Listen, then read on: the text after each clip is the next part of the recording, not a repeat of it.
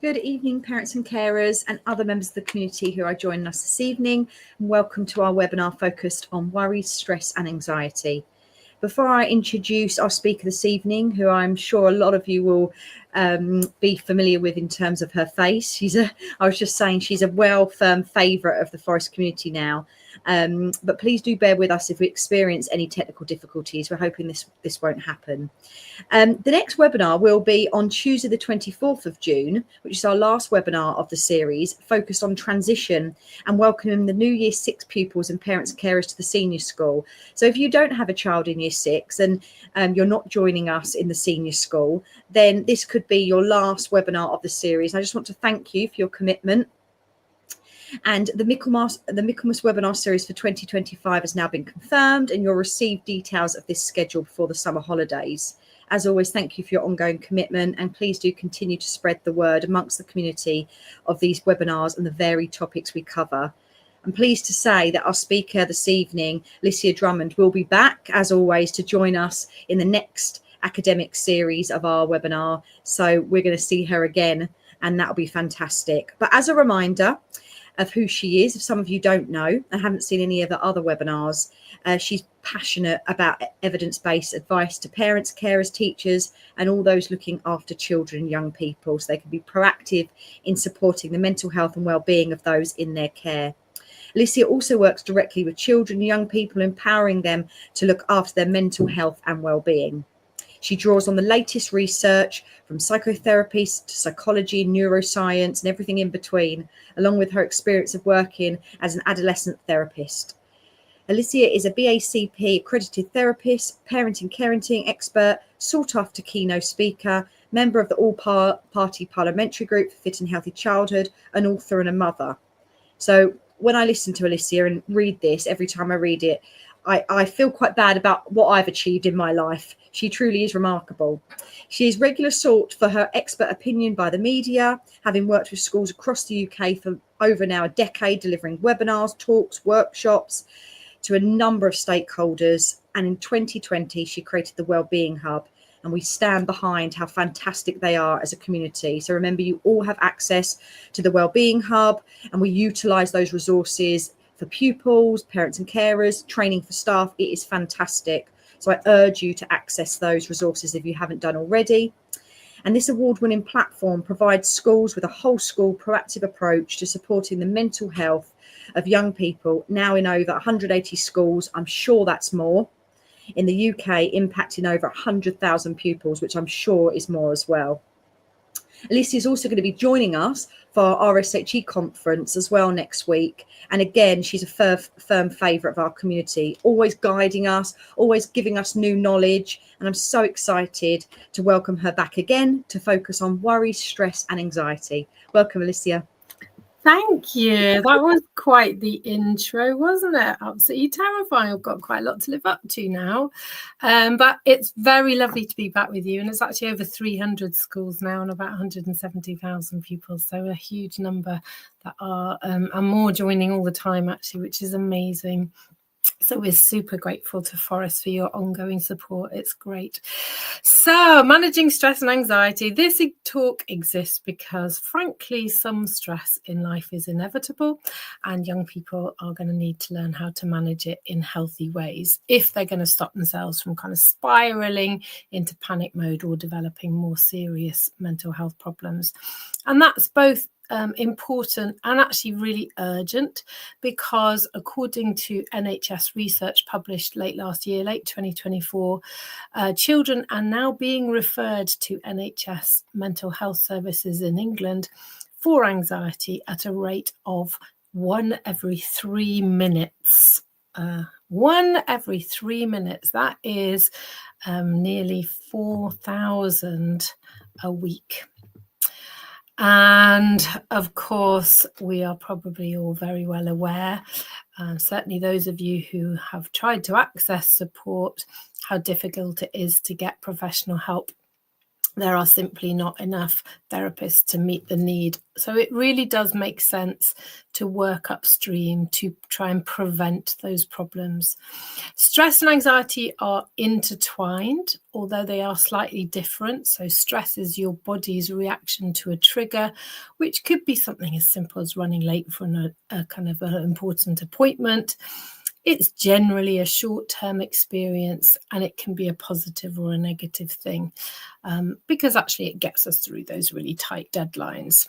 Anxiety can be triggered by the same stressors, but unlike stress, which goes away once the threat is over, anxiety can hang around, and it can cause some pretty significant problems in our everyday lives.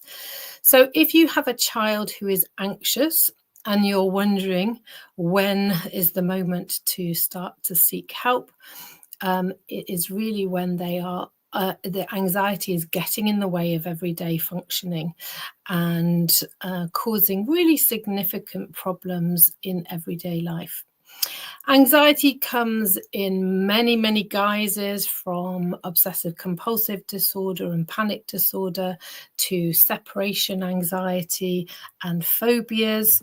And, you know, here we've got health anxiety that tends to be less common amongst young people.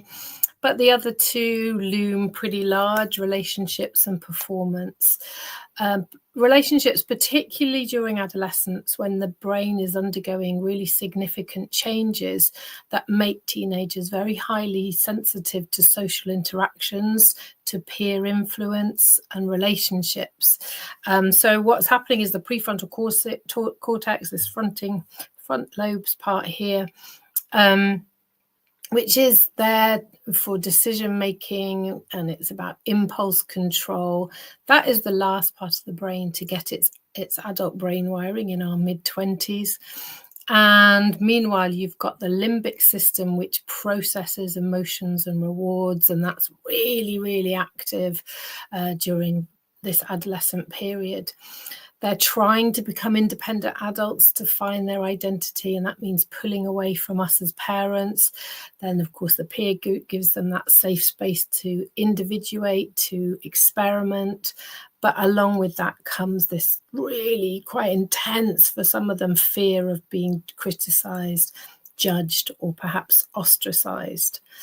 And that doesn't mean to say that they need to have lots of friends, but they do all need at least one good friend in school. So there was a big study called the Head Start study, which was done through the Anna Freud Centre back in 2024. And they found, and I think they spent about 70 million doing this, and I probably could have told them before they've even begun, but, and you all probably know it as well, the single greatest protector of our mental health is having safe, supportive relationships. And of course, relationships become more complex, they become more nuanced as we go into adolescence, particularly girl friendships. And we often see a rise in the number of girls aged 13 and 14 getting diagnosis on that kind of ASD spectrum.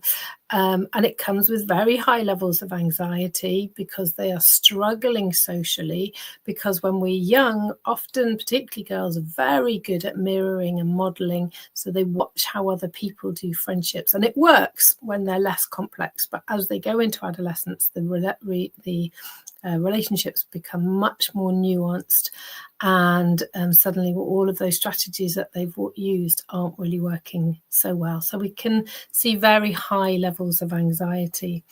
There was some research conducted by Dr. Rachel Klein, which really highlighted the fact that girls also face really quite unique challenges with relational aggression. So social exclusion, bullying within friendships. And of course, again, that is linked to higher anxiety. There's a new study that came out again the end of last year, which shows that really we should be treating bullying, and we need to be sure that we have the right definition, but we need to be thinking of bullying as being a trauma event. For some people, it creates a trauma response. So if we're working with young people who've been bullied, actually that can be on the level of PTSD. So how we help them with relationships, I think the most important thing, and perhaps the easiest piece of advice really, is that when they come home and they tell you about the drama of their days, listen. Don't talk very much. Listen and empathize, because they want you to know that they're finding these relationships complicated, and then sometimes they're difficult. And 99.9% of the time, they don't really want you to do anything but listen. Of course, we hear the drama of it. We don't hear the good stuff so much. And actually, for the younger ones, you'll hear them going, "Oh, I never have anybody to play it with at playtime." And actually, if you were observing, what you would see is that there are people they could play with, no problem at all. It's just that those people don't want to play the games that they want to play. And so it's more about not being able to kind of, choose activities that others want to get involved with. Anyway, that's for the little ones. Moving on to this performance anxiety, here are 3 questions for you to consider. And I invite you to be incredibly honest with yourselves, because you'll get more out of the talk. And just to note whether you answer mostly A's or mostly B's. When you look at your child's report, which grade do you notice first, the achievement or the effort? When you pick your child up after a sports match, what do you ask first? Did you win or did you have fun? And do you ask your child how their friends did in tests and exams?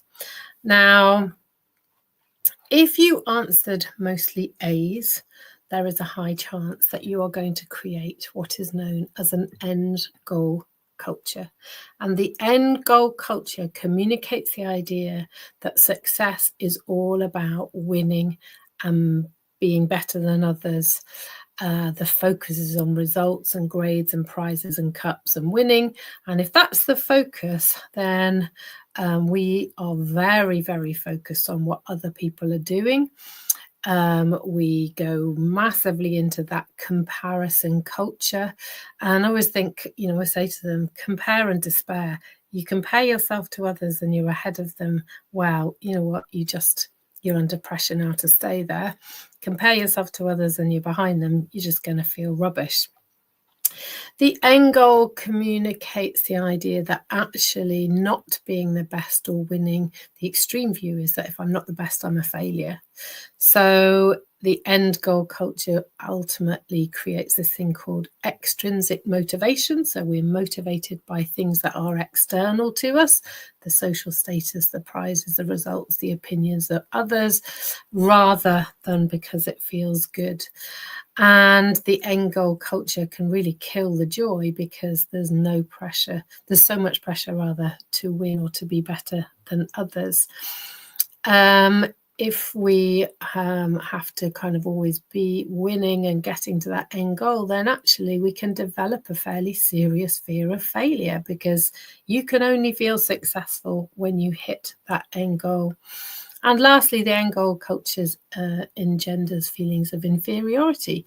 So it's not hard to understand how performance anxiety can set in if you fear failure, if you view others as a threat, if you don't really enjoy the journey because the pressure to perform feels too intense, and if your sense of being okay is pretty fragile.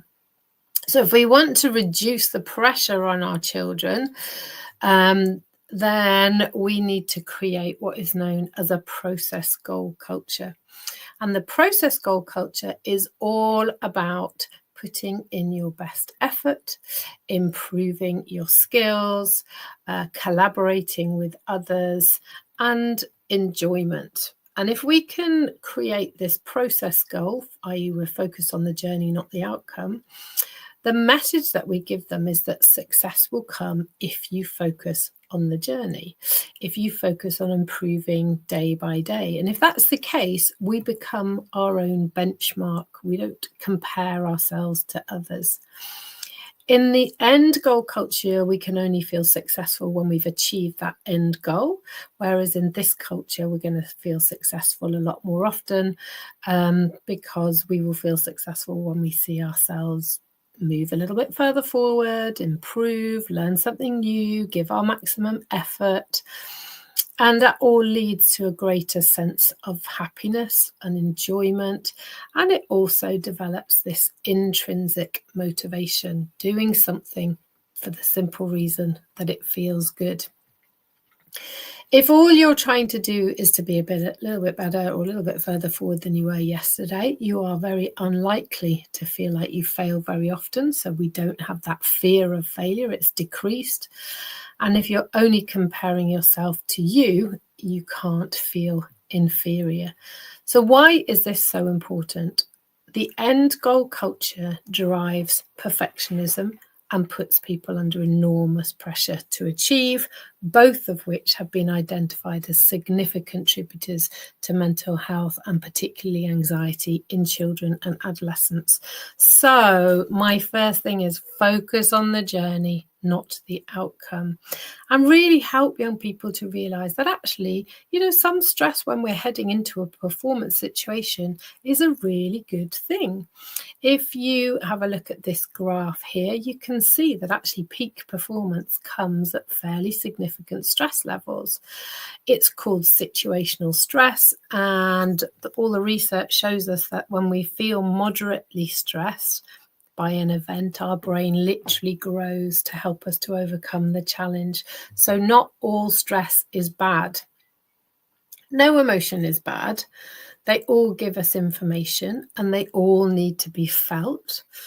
And I think we have become guilty of pathologizing normal human emotions. And the problem with pathologizing normal human emotions is that actually we start to make people feel frightened of feeling anything that we don't consider to be positive, happy. It also minimizes the experience of people who actually really are struggling with a serious mental health condition.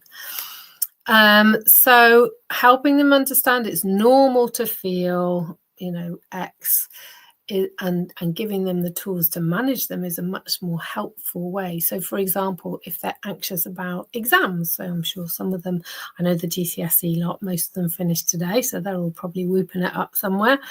But if you're doing school exams and they're a bit anxious, we might teach them about anxiety reappraisal.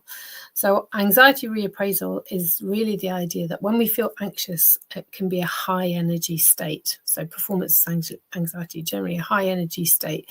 And what we try to do is to tell them to calm down. And that's trying to get them to move from this high energy down to low energy, which is actually really difficult to do. So instead we say to them, right, I just want you to tell yourself that I'm really excited about this. Even if the only reason I'm excited is in 2 hours' time, I'm never going to have to do this exam again. I'm really excited. Anxiety to excitement is two high energy states, and you're not going to go into fight or flight if you're sitting up in excitement, but you can pretty easily go into it if you're sitting in anxious. We might explain that worry, stress, and anxiety exist for the very simple reason that we need it to keep us safe. I think it's really, really important to explain what is happening. So what's happening when we feel anxious and stressed is that in our brain, the up on the top, we have this area called the thalamus, and the thalamus's job is to kind of take in information from all our senses, but also from our body as well, to make sure that we don't miss threats or opportunities. And we are looking all the time for connection and protection, so safety and connection with others.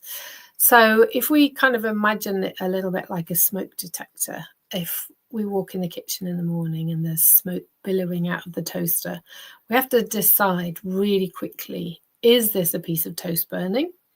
In which case I'm going to stay up here, up in the top prefrontal cortex, these frontal lobes, turn off the toaster, open the window, shut off the alarm, crack on with the day.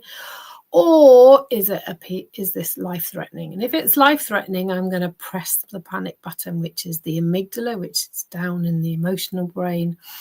And that's going to send a message down my brainstem to my adrenal glands. They're going to be pumping out adrenaline, cortisol, noradrenaline, and we're off and running in fight or flight.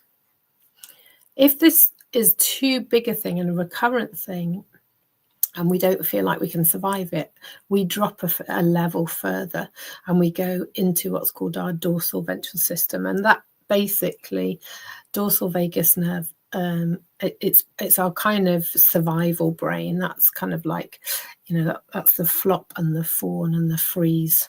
It's very low energy.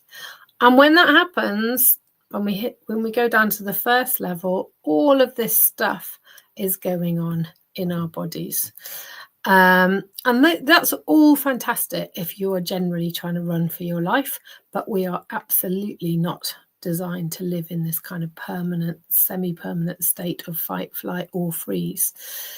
So not only does it contribute to some really serious health issues like IBS, infertility, heart disease, some of the cancers, it can also make daily functioning incredibly difficult because we can't communicate effectively. And I'm sure you've all had that experience when you have an argument with somebody and then afterwards you're thinking, oh, damn it, I wish I'd thought of saying that. We just don't have that quick thinking because we're not in our prefrontal cortex. We're shutting down. We've gone down into our reactive zone. Empathy becomes much harder. We don't want to see somebody else's perspective because as far as we're concerned, we're in survival mode. Emotionally, we become very unbalanced. Our behavior can, some of us will come across as very aggressive. Some of us will, want to run away, and some of us will kind of go like the little snail and huddle in as a freeze response. And we'll be hyper aware of our surroundings because we're trying to work out where the danger is coming from, but we probably won't be aware of the effect that we might be having on other people. And frankly, even if we are aware of the impact we're having on others, it's quite difficult to stop, which is why you needn't take your child lashing out at you personally. They are literally in fight or flight, and you are a safe person for them to do that with. When we're in a really intense fight or flight mode, that's when the panic attacks happen. And if you've got young ones who've ever had a panic attack, or if you've ever had a panic attack, they can be pretty terrifying, actually. They can feel like you're having heart's about to blow up or you're going to faint. And so often what happens is once somebody's had a panic attack, they then develop a fear of the fear. In other words, they're terrified of having another panic attack. But it's really important to help young people, especially, to understand that actually this fight response, it exists to keep us safe. It's there to protect us. So all of that horrible stuff you can feel going on in your body is actually all of those responses I just showed you, getting your body pumped up, ready to run for it or to shut down. So we don't need to be frightened of a panic attack. They, as I say, they feel horrible, but they usually peak at about 10 minutes and pass roughly within 20 to 30 minutes. And you can feel pretty weird for up to about an hour, but just having that thing that, yes, this will pass. So I think the better we all are at recognizing stress and anxiety, the better we become at managing it. So understanding that behavior sometimes is a real symptom of anxiety. So being very angry, aggressive, or very shut down, all of those different things, behavior it can be anxiety. We must think about the physical symptoms. Often you'll have young ones who get lots of tummy aches and headaches that the doctors can't really explain. Actually, it's all kind of anxiety because we hold anxiety in our bodies. And we can explain all of that around something called polyvagal theory, but we don't have time to go into that today. But if you're interested, polyvagal theory is really, really fascinating. And of course, irrational thinking. So we'll come on to that in a minute.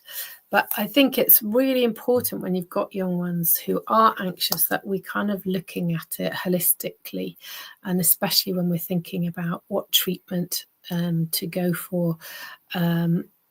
So holistically also means including their environment and the people around them. So, for example, are we modeling calm or are we modeling stress? Because whichever one we're modeling, it's highly, highly catching.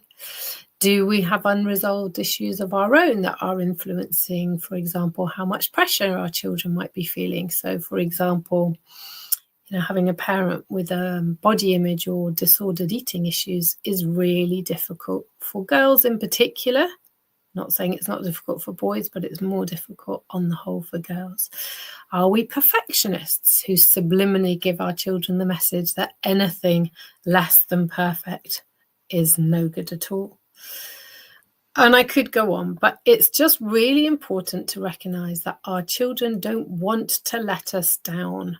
And where there is a disconnect between what we do and what we say, what we do is more important.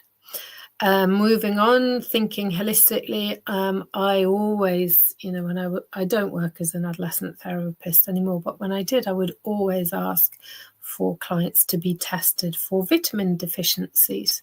So, for example, deficiencies in any of these are linked to poor mental health, particularly anxiety and depression.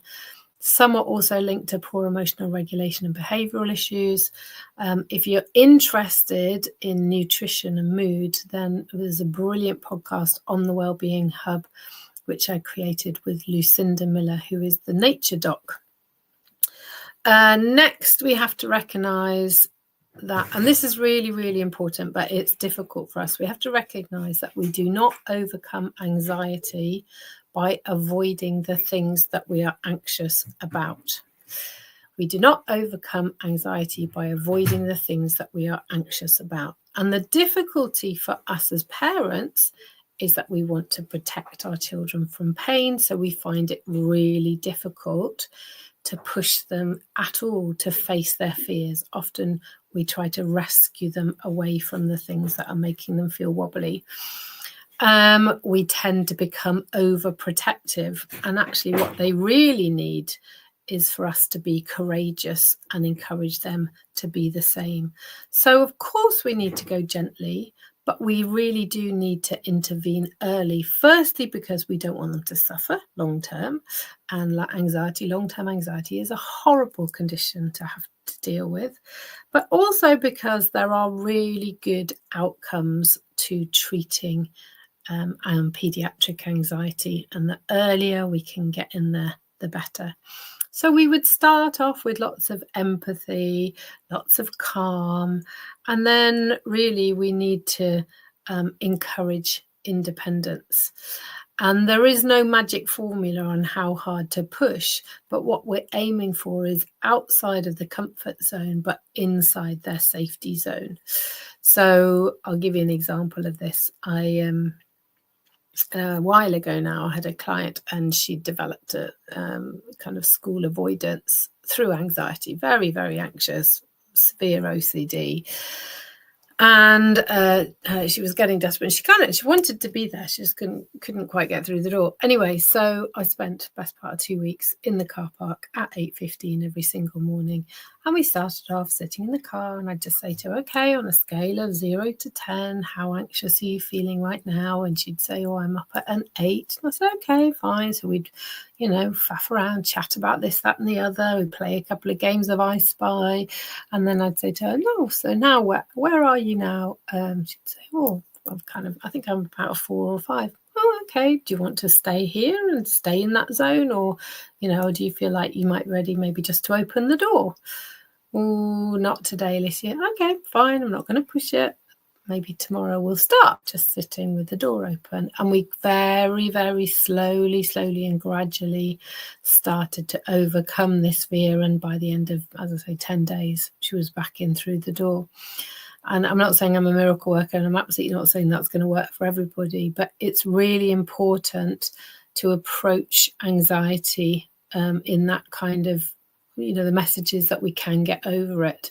And we build that source of stoicism in there, and we build their confidence, and we help them to learn to sit with those uncomfortable feelings, which of course become less and less over time. They become less and less comfortable because that's what happens.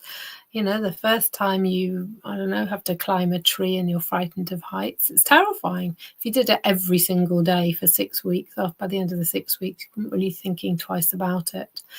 Whereas when we try to rescue them from feeling anxious, not only do we increase their anxiety over time, because the message we're giving them is, yep, there is definitely something that you need to be anxious about. It's kind of like going to look for monsters under the bed. Don't do it, because you're giving them the message there might be one. But we also disable them, because the message we're giving them is, oh, I don't think you can overcome this. No, there's nothing to be anxious about. We can do this. Next, we can really help them understand that when they're worried, stressed, anxious, their brains are likely to be telling them all kinds of unhelpful nonsense, projecting all kinds of dire consequences. So, what if I fall over? What if I say something stupid? What if I fail? And of course, if you carry on thinking those kinds of thoughts, we tend to just keep ramping up those stressed, anxious feelings.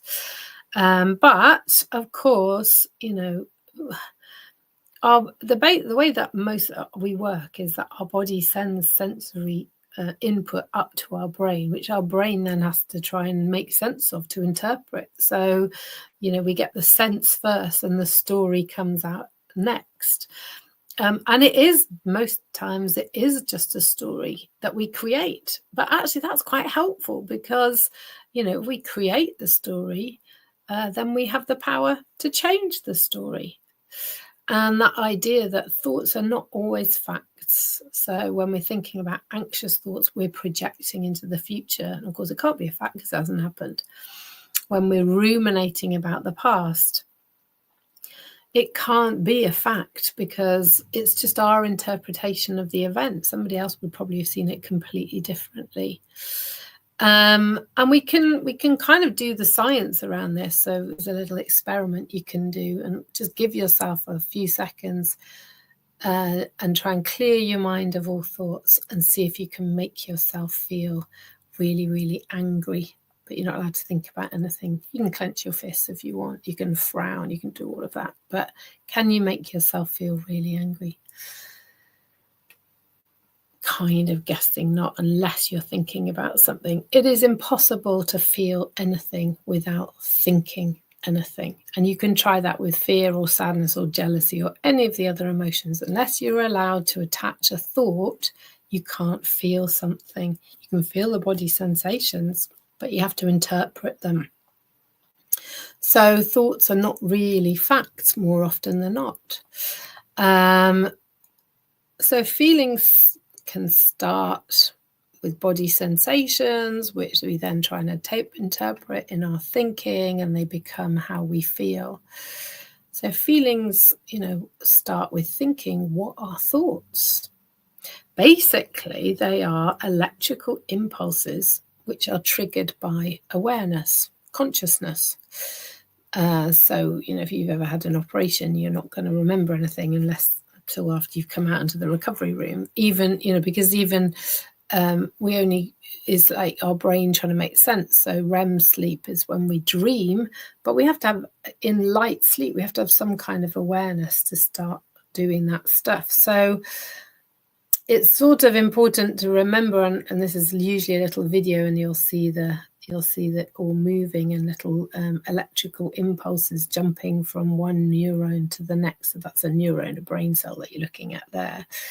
And we can't have a thought with some level of consciousness. So what we pay attention to really, really matters. So when you've got children who are anxious, kind of looking at what are they doing? Who are they following on social media? Are those people making them feel good about themselves or rubbish about themselves? Are they doing way too much gaming, which is ramping up that sympathetic nervous system and making them feel really wired and overdone, which then leaves them feeling tired and exhausted and spent afterwards? Getting them to really think that what you do, i.e. pay attention to, will affect what you think, which will affect what you feel. That's the basis of cognitive behavioural therapy. They are all, it's working. They are all connected. I don't know if it's working at your end, but I can see it working way nicely here. So that's the neurons firing off little electrical signals going down the dendrites, hopping across synapses, creating these amazing electrical circuits. It's all connected. So Cognitive behavioral therapy, that idea, our thoughts, feelings, behaviors are all connected. They're all influenced by our environment. That can be online or offline. So saying, how many of you are following people that regularly make you feel rubbish about yourselves? You'll always get more hands up than if you say how many of you are following people that make you feel great about yourself. So if you carry on doing the same thing, you are going to carry on getting the same result. So think about your social media feed. CBT, cognitive behavioural therapy, is the NHS recommended pathway for the treatment of anxiety, and it can be extremely effective, but it really does have to include some kind of exposure therapy. So kind of making you do the things very gradually, outside your comfort zone, inside your safety zone. And of course, through things like VR, virtual reality, that's really helpful for helping people to overcome things like phobias. At home, we can help them manage those worries more effectively by helping them realise the difference between what we call real problem worries, so stuff that you can do something about, and the hypothetical worries, which are usually future-based and based on the worst-case scenario. So the what ifs: what if I get sick? What if I fall over? What if I can't get my words out? All of that kind of stuff. And of course, the hypothetical worries really trap us in anxiety because we don't feel like we can do anything about them. The worry tree, which you will find in the Wellbeing Hub, is a great little diagram to help us decide which ones are the hypothetical ones and which ones are the real problem worries. And, if it's a real problem worry, get on and do something. If you get stuck and you can't do anything, letting the worry go can be quite difficult. So the worry delay technique works really well. Again, go and have a look in the Wellbeing Hub and you can find that there. You could also ask them these 3 questions. What's the worst that could happen? I wouldn't really dwell on that. What's the best that could happen? So really encouraging them to be creative on that one. What's the most realistic outcome? We can help them by recognising their negative automatic thoughts, NATs, automatic negative thoughts, ants, or thinking traps. If you put any of those into the Wellbeing Hub, the list will pop up. But they are patterns of thinking that tend to keep us stuck in anxiety. And we all have different ones. So we need to learn to recognise our own before we can take evasive action. So fortune telling, unless you've got a crystal ball, nobody knows what's going to happen. The mind reading, well, again, we can't read other people's minds, but it is just your fantasy. It can make you feel really rubbish, but maybe if you really want to know what somebody thinks, frankly, it's a lot less painful usually just to go and ask them. The overgeneralizing, I always make mistakes. Nobody ever listens to me. We need to do some proper reality checking because we all make mistakes sometimes. And that overgeneralizing, sweeping statements really trap us in that negative belief system. They can make us feel really rubbish. So there are 9 of these. As I say, you can go and find them in the Wellbeing Hub. But starting, I always say to teachers as well, print them off and have them on your desk. For parents, print them off, have them around to start getting them to be more aware of where they're hijacking themselves, really. We can change our thinking. But I think if we go back to that CBT model, we have to remember that our behavior is going to affect how we think and feel as well. So if we get stuck in thinking and feeling, then change what we're doing. And helping them to understand, my thing's broken now, helping them to understand that, our physical health also impacts our mental health and the other way around. So it's important that we keep our systems in balance. So we've talked about the fight or flight one, which is absolutely the one that's up and running when we're in that high anxiety state. When we've gone into the freeze, flop, fawn, and then the parasympathetic has kind of gone into overdrive, because really the job of the parasympathetic is our rest and digest. So when we feel triggered, we go to fight or flight. When the threat is over, we should go back back into rest and digest through the parasympathetic. If it's too much and we're about to be eaten, then the parasympathetic kind of goes into overdrive, and that's when we go into freeze-flop form. So we can help them to explain that actually if the fight or flight is cortisol, adrenaline, noradrenaline, all of those, then actually the parasympathetic one is all about GABA, oxytocin, serotonin, dopamine, all our kind of happy hormones. The parasympathetic nervous system is the one which allows our digestive system to work properly. It slows our heart rate down. It protects our immune system. It allows our muscles to relax. It brings our whole system back into that state of balance or homeostasis, depending on which word you want to use. So maybe when you've got the ones with lots of tummy aches, teaching them about relaxation techniques, making sure that they're using their healthy coping strategies. We all need to do the things that make us feel good. And the more we do these, the more regularly we do these, the better balanced our system, our autonomic nervous system becomes. So actually, creativity versus anxiety. It is impossible to be creative when we're anxious. Equally, it is impossible to feel anxious when we are fully immersed in being creative. So kind of redesigning room in your head, cooking something, knitting something. Think about Tom Daly, the diver. He knits, doesn't he, when he's feeling stressed and anxious. So creativity versus anxiety. And we need to understand what works for us, because otherwise we're likely to turn to the unhealthy coping strategies. So if you go into the Wellbeing Hub, you'll find the A to Z of wellbeing, which is really helping young people to find their personal recipe for thriving. And it will be very different to yours probably, but it is important, because if they don't know what their healthy coping strategy is when the tension starts to go up, chances are they end up using that unhealthy strategies. All of these might give you temporary relief, but they actually exacerbate the problem.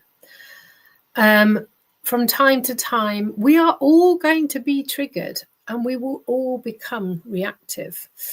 And we also have to remember that, unlike us as adults, we can use this prefrontal cortex to calm ourselves down, but actually that's the last bit to get developed in our mid-20s. So when they are very reactive, they're not being a problem, they are having a problem. But if that's happening so often that it's getting in the way of everyday life, then you want to get some professional help. And whilst you're waiting for that professional help, I would really use this anxiety tracker. It's really helpful way of getting your child to understand what it is that triggers them, the kind of thoughts that they're having. Go back to those automatic negative thoughts. How helpful is this? That the physical stuff that's bubbling up from underneath is really just trying to keep them safe. Getting them to scale it. How anxious are you feeling on a scale of 1 to 10?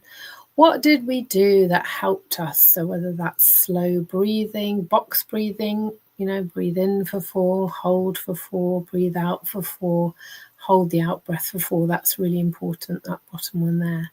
Naming 5 things you can see, 4 things you can hear, 3 things you can touch, 2 things you can smell, 1 thing you can taste. It's all about distracting the brain, doing something different.